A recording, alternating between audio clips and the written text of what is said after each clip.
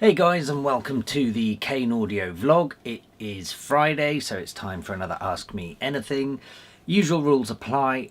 Comment below this video, ask me anything you want, whether it be music industry, sound design, production, tips, tricks, techniques, advice, whatever. And I will get back to you next week answering all of the previous week's questions. Before I get started, house admin this week has been manic. I don't think there's anything worth talking about though. Quite a few sound design jobs have come in. Also some TV sync stuff, but that's all for like future projects, so I think that's about it. Yeah, nothing I need to talk about. Yeah, so I'll get straight on with last week's questions. Let's have a look. Nathan Zaskarinskis. Hey Dom, not watched the video yet. Been hectic at work, done nearly 50 hours this week so far. Damn. I think you read my post in the group about getting a larger Eurorack case. I've ordered it and it's got me thinking about venturing into making music without a DAW. Can you give me some advice for that? Yes, I did see your post. You were looking at, so you'd had, I'll call it a medium-sized Eurorack case, and you were looking at the bigger case that holds, I think, more than two of the medium ones, and contemplating it. I did see it. I wasn't sure what the answer was, to be honest. I guess, you know, you were saying that you'd sort of already seen enough units to fill in another medium, so it sounded like the bigger case was probably the way to go. And yeah, you've said you've ordered it, so yeah, cool. For anyone that is new to this, the group he's talking about is the Facebook group. I'll put a link below this video, and otherwise go to last week's video. There's a link below that one as well. As for making music without a DAW, man, that takes me back. I actually considered it myself at one point, a couple of years ago, and I quite like the idea of doing it as a bit of a challenge. Maybe once I've got my new studio built, maybe that'll be one of the next things to play with, because I've often talked about how I like using outboard gear and hardware because I like the restrictions, and I like sometimes, you know, making a cool sound and putting a track together and not saving the preset, because I like to be able to then in my next track start with another blank template and not go, oh, I'll use that sound I used in my last track or whatever, and if I did like that sound, then I have to go back and recreate it. And you'll notice, for example, pretty much all of my Mau5trap releases have 2 or 3 of what are now kind of becoming my signature sounds, but every time I make one of those tracks, I'm having to recreate that sound. And so every time, if you listen to each track on Mau5trap that I've done, the lead sounds are kind of slightly different, only very slightly, but they're never quite the same each time. And the reason for that is because I like the restrictions of not saving it. As for making music without a DAW, so you would definitely need a good clock for MIDI, because you're going to want to be triggering various things, and so off the back of that you're going to need various sequences to then trigger the MIDI clock to trigger MIDI notes or CV outputs to the hardware. And then you're going to need to record that, and if you're doing it without a workstation, a digital workstation, you can do it direct to hard drive recorders, you can do it to, you know, anything like a Zoom or whatever, but my personal preference would probably be a tape machine. If you get a good old reel-to-reel tape machine, you can get them on eBay. I think anything upwards of, say, £300 and up, you're starting to venture into alright machines. Let's be real, if you're wanting a really good quality one, then you're looking at maybe thousands. They're not cheap, but the quality of sound on those things is usually very good. And I do like, you know, a lot of people, in fact we've talked about this on this channel before, about I'm not a fan of vinyl. I don't think it has very good sound. I don't think it's a good storage medium. I don't think it's a good. I don't think it's a practical listening medium. I just don't see an inherent value in vinyl, to be honest. Other than the ability to control pitch and whatever, and to DJ with it, you know. But CD can do all of that. Anyway, tape is a whole different story, because you can drive tape a lot harder. You can get, you know, you can saturate tape, and I think the vast majority of you watching this probably have seen, you know, tape saturation, VSTs and stuff like that, you know, which is often a sound a lot of people like. So, you know, you don't get many vinyl emulators on VST, and there's a good reason for that, because it kind of sucks. Whereas you get a lot of tape saturation. So recording direct to tape, you can push the signaling pretty hot, and it just makes it even nicer. It acts as almost like a, wouldn't say a natural compressor, but it has its own compression in it. I feel that it would lead to some creative stuff because of modulating it in real time. I just don't know where to start. Would I need external gear like compressors and a mixing desk, or just separate outs for every synth? So I guess it depends on how you want to be able to work with it afterwards. So you could, for example, get a multi-track hard drive recorder. They're probably, I haven't looked at them for 20 years, but I'm guessing they're fairly cheap these days for a basic, you know, 16-bit in, which would basically be a mixer with a record button and a built-in hard drive. You know, with something like that, it again, depending on the desk and the features, you could probably recall the mixer levels at a later stage. So, you know, working on things like the mix, everything could be recorded separately as stems, so that when you play them back, you can still adjust the levels on the mixer, or you know, again, if you had extra features on the mixing desk, and I guess I'm going up in budget here, you'd have some EQs and pans and bits and pieces, so you can always play with that at a later date as well. So I think there's a lot of options, but I guess in terms of where to start, I guess you need to think about what your signal path is going to be. So clearly you're starting with, you know, your oscillators, your modular system, what's triggering that and how. So things like sequencers, is it going to be MIDI clocks, is it going to be MIDI triggers, is it going to be CV triggers, and what's sequencing that. And then your next stage is, you know, assuming you're able to get some that are offering you your drums, your bass, your leads, whatever it is you're creating a track with. I guess your next question is, how are you going to store it? How are you going to be able to play it back at a later date? Do you want that to be reel-to-reel tape, or do you want it to be hard drive, or what? I think once you've got the first half, the second half can kind of come later, because really you could just go into, you know, SoundForge or whatever, something on a computer or laptop, and just hit record for the time being. So you can still do all of that, and then, but if you want to completely do away with a workstation, then I guess you'd want to find some other way of storing it. So you could go the hard drive route and just record direct to hard drive, or you could store it on tape. It's up to you, I guess. So yeah, hopefully that's a good starting point. Andrew Hollis, BMW, high five. Is the Top Tips Volume 41 on Sonic Academy new? If so, did you promote it here? Good question. I didn't promote it here because I didn't know it was out last week. It actually came out a few days before the video, before this last week's AMA, and I wasn't aware of it at the time. So yeah, I'll put another link below this video to that.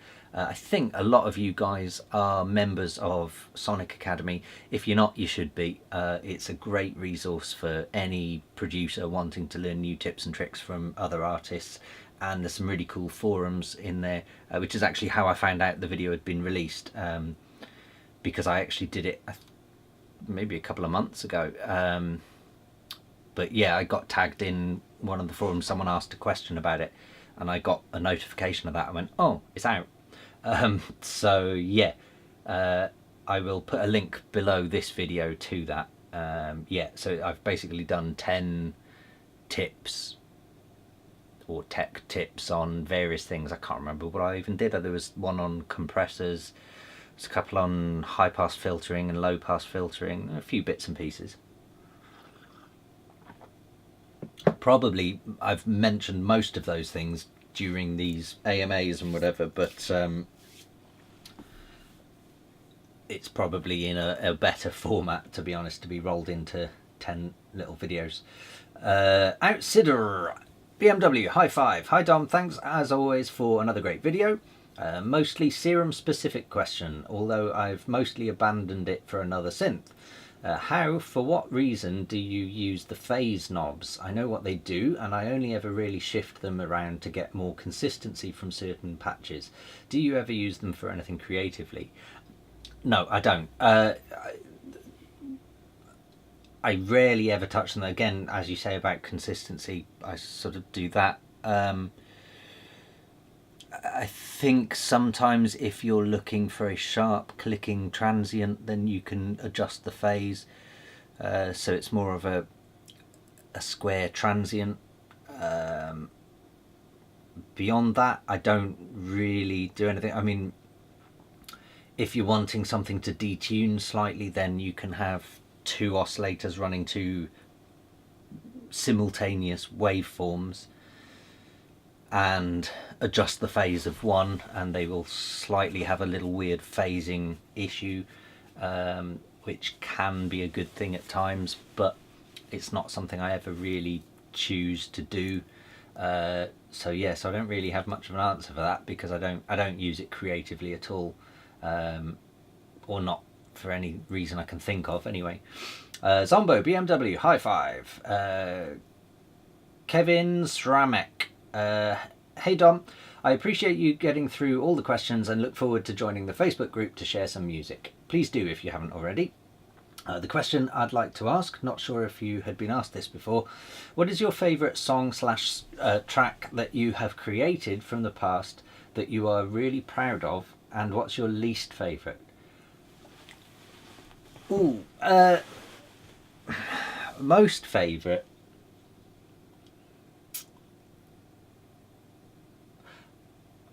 I don't know. I've actually got a few.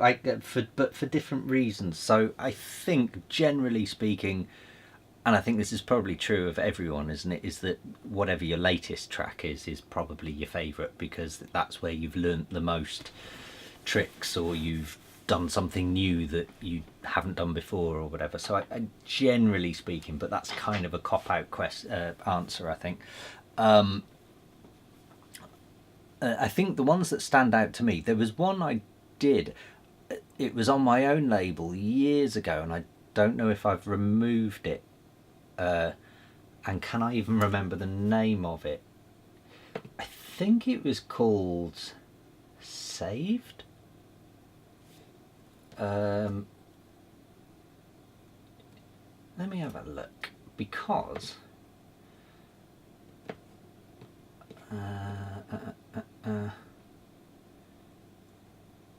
God, there's some crap in here. Right, it's not there. Wouldn't be there. Yeah, it's going to be a struggle to find this. Maybe I can't find it. But I will say, I'm sure it was called Saved or something like that.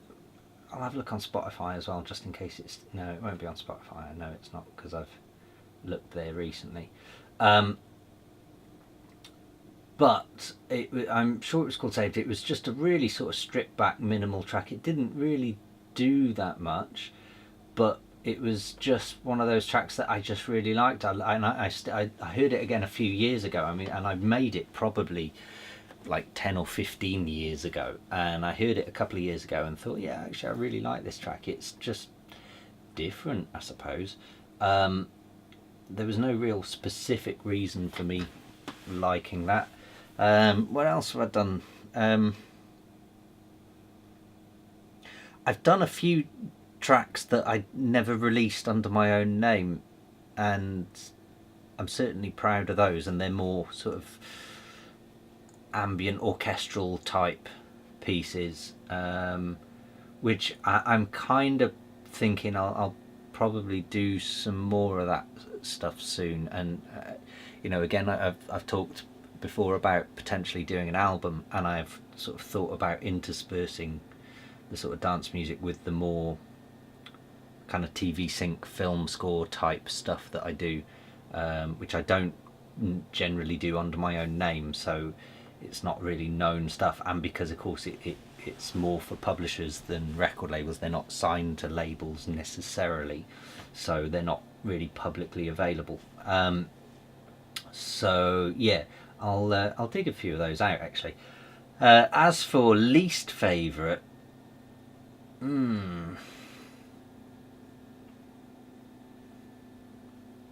there's probably too many to mention. I mean, I guess a lot of my earliest releases I sort of look back at, you know, I listen to now and cringe. But to be honest, at the time they were doing well. I mean, there were a couple. There was one track I did, I think it was called Beta Morph, which now I listen to and I'm like, this is terrible. You know, it's really just shit.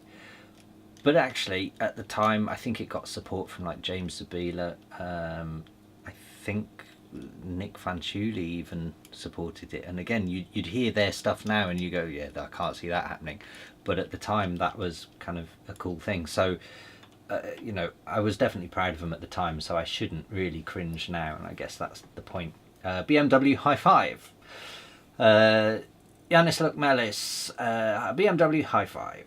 Zombo, hi Dom, ever thought of replacing your monitors when you get your studio? Maybe get two, not your speakers by the way. Okay, yeah, monitor screens. Yes, I have thought about it. I quite fancy getting an ultra wide one. However, I also know that Bitwig runs with multiple monitors, where Ableton probably does now, but it didn't back in the day.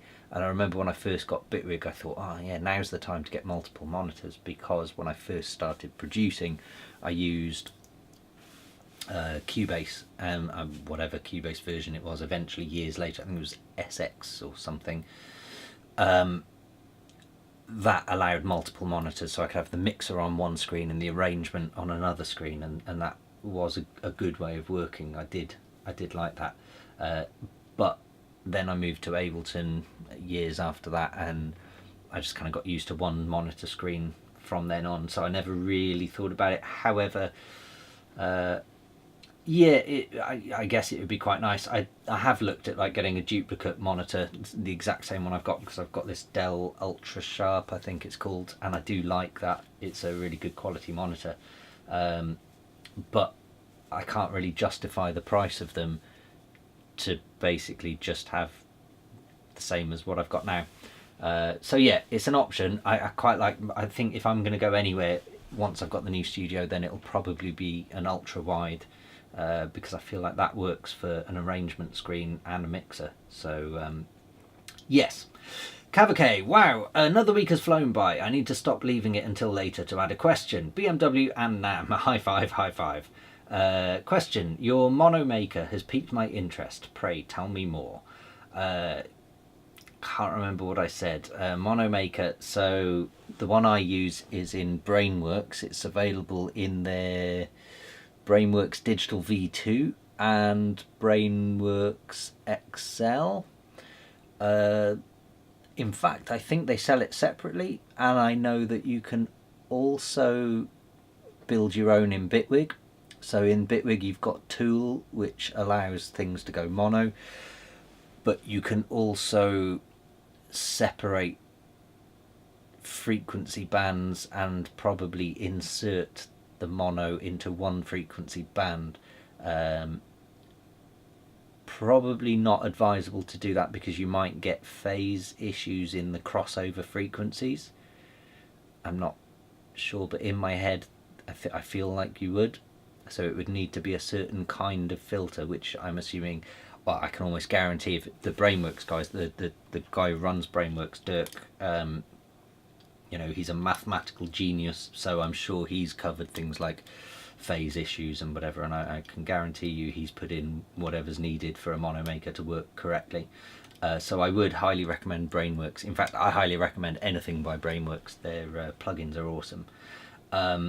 So yeah, I tend to use it more in maybe a mixdown and definitely the master.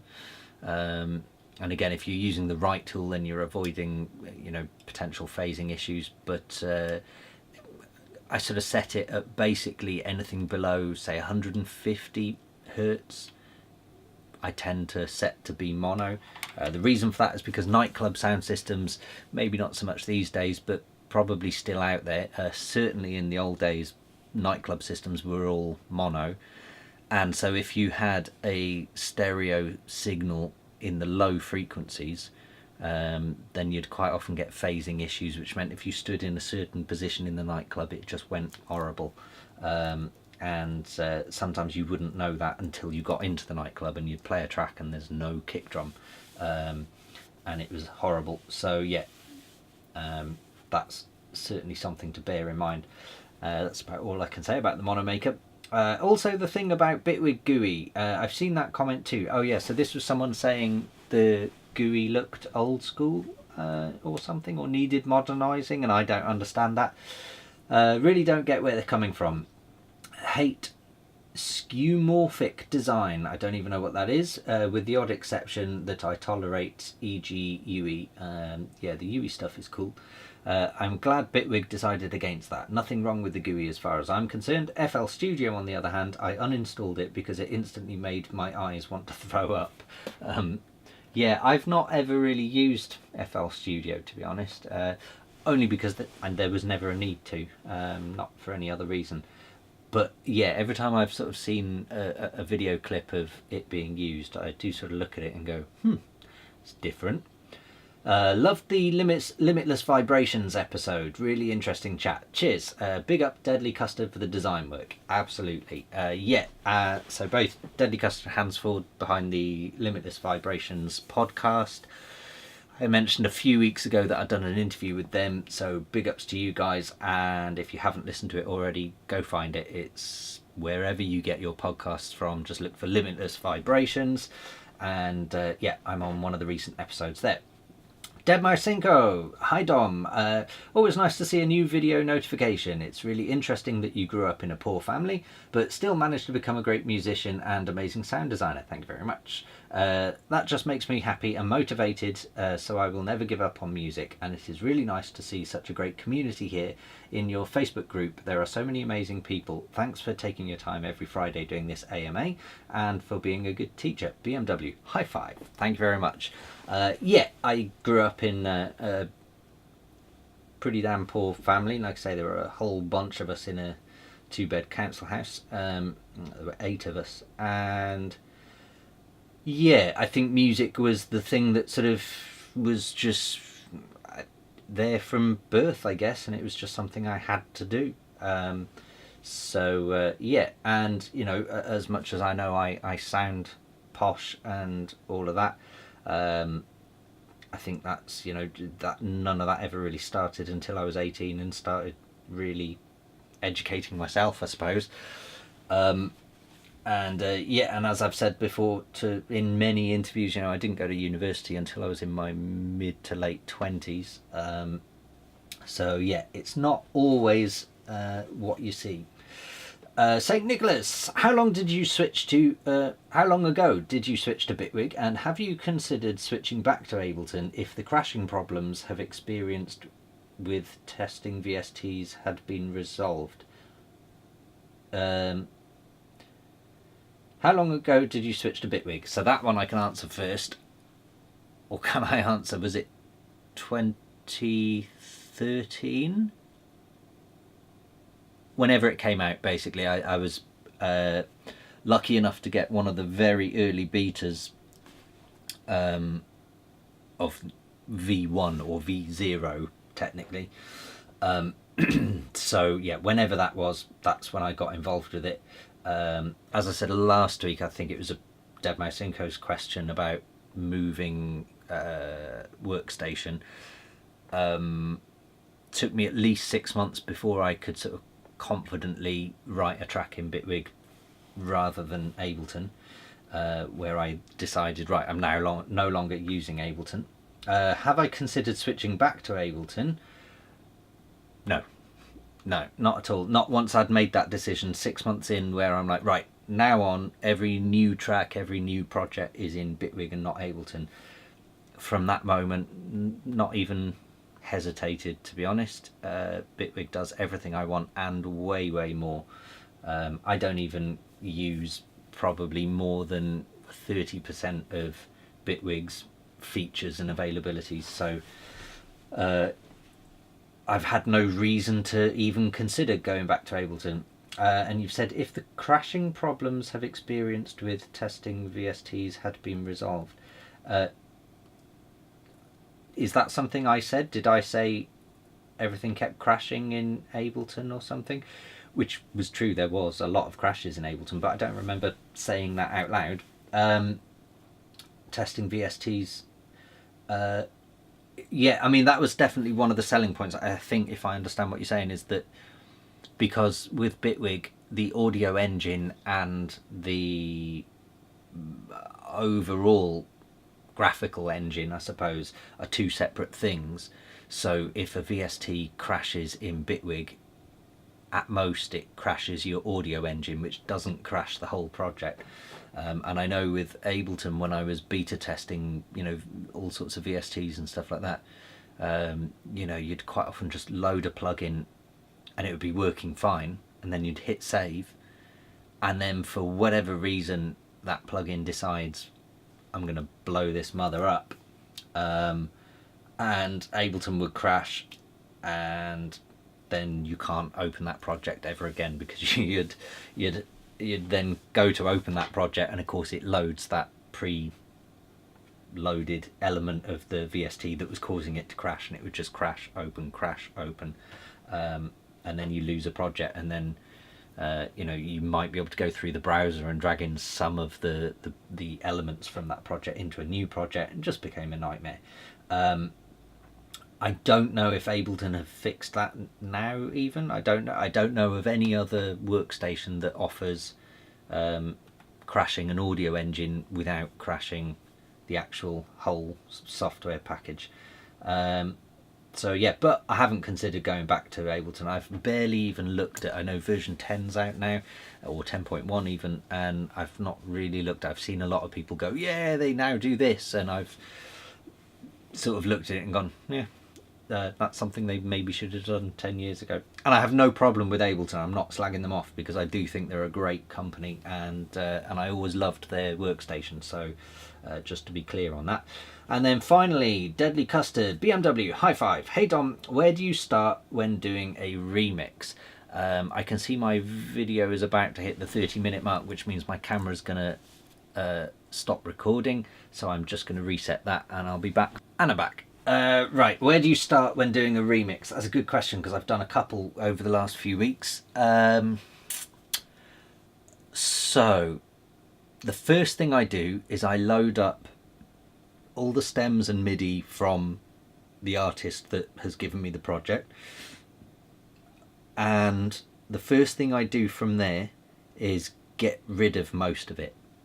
So if they've given me any drums, get rid. If they've given me any percussion that isn't really exciting or whatever, get rid of it.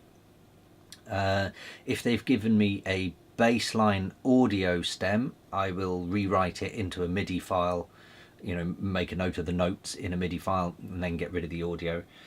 If they've given me a melody, I will usually do the same. but it depends on what kind of sound they've used. If they've used like a Moog, or you know, a synth that I think sounds great, then I'll use that.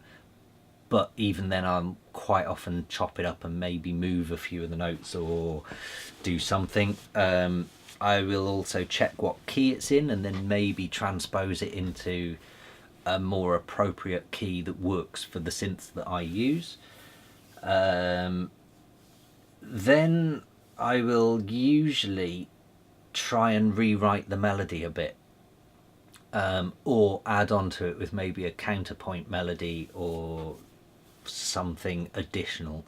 I think most people who are aware of my releases and remixes will probably have noticed that every remix I do, pretty much I add in a new melody or take a melody out or change a melody, or I don't like to just do copy paste remixes, because I don't see that there's any inherent value in that artistically.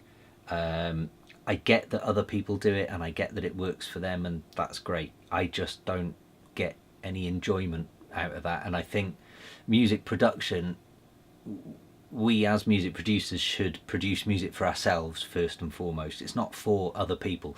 The fact that some of you guys like my music, that's a bonus to me, but that's not why I do it. So when it comes to doing a remix, you know, first of all, I need to like the original track, or at least like a melody or bass line or something in that track that makes me go, I can do something with that. I you know, there needs to be something that excites me in there for me to even think about doing a remix. So to give you an example of a recent remix that I can't name yet, I was given essentially just the melody, and I absolutely loved a few of the chord phrases and a few of the chord changes and the intervals of those chords, but it was sat in a wrong key for me, so I transposed the entire thing and then also used those chord phrases to then rewrite new chords that use those intervals but change position in a track. And then for me it became about that, so it became less about the original track and more about this new, so I'd sort of picked a favourite part of the original track and then used that to become the main element of this, what is essentially a new track. And then on top of that, I obviously did drums and bass and got everything, and sort of sat there for a bit going, right, am I going to go for the funk slap style bass, or am I going to go for extended long note bass, or am I going to go for 16th note big transient bass? You know, and you make those decisions, and part of that comes from developing the melody for me, because I start with a melody and then go, right, what's the beat going to sound like? So I kind of start by writing the breakdown, I suppose, and then I move into the drop, because once I've written the main core of the breakdown, that's when I can start to envisage where the track is going to go. You know, do I need it to just build and build and then drop into nothing and stay placid, or do I want it to be just a long developing plodding thing that doesn't really ever fully break down, or do I want it to be a big epic riser and then smash the drums in? So those are kind of the decisions you've got to make with any track really, let alone remix. But I think depending on what direction you go with those, also maybe, you know, gives you inspiration to choose where the melody's going to go as well, and then how you introduce those melodies become an important part. So yeah, I think that kind of covers where I start with the remix. The first thing basically is just stripping everything away. Just strip away the unnecessary. You know, if someone's given you, and don't get me wrong, with a remix you can get anything. I've had remixes where someone's just sent me one little snippet of a loop and that's all I've had to work with, but I've liked an element of that loop and just run with it. Then I've had other remixes where people have sent me pretty much the entire project as just huge stems of every channel. in those instances, you know, stuff like hi-hats, well, I can pick my own hi-hats. I don't need the original hi-hats. I'm not paying homage to a set of hi-hats as much as I love hi-hats.